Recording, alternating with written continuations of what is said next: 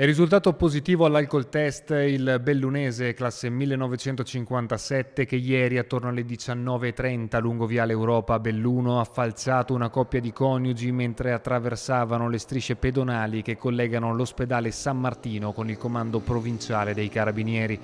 Nonostante l'intervento pressoché immediato dei sanitari, poiché il luogo dell'incidente dista solo pochi passi dall'ingresso del nosocomio, le condizioni della coppia e in particolare della donna, una bellunese di 64 anni, sbalzata per diversi metri sull'asfalto a causa dell'impatto, sono apparse subito molto gravi e si è reso necessario il trasferimento all'ospedale di Treviso, dove la donna si trova attualmente ricoverata. Il coniuge, anch'egli bellunese di 67 anni, verserebbe invece in condizioni leggermente migliori ed è tuttora ricoverato all'ospedale di Belluno. Degli accertamenti in merito alla dinamica dell'incidente, così come della gestione del traffico, rimasto bloccato per circa un'ora lungo una delle arterie viarie più importanti della città, si sono occupati i carabinieri mentre i vigili del fuoco si adoperavano a liberare la carreggiata dai detriti. L'investitore, risultato positivo all'etilometro, è stato deferito all'autorità giudiziaria.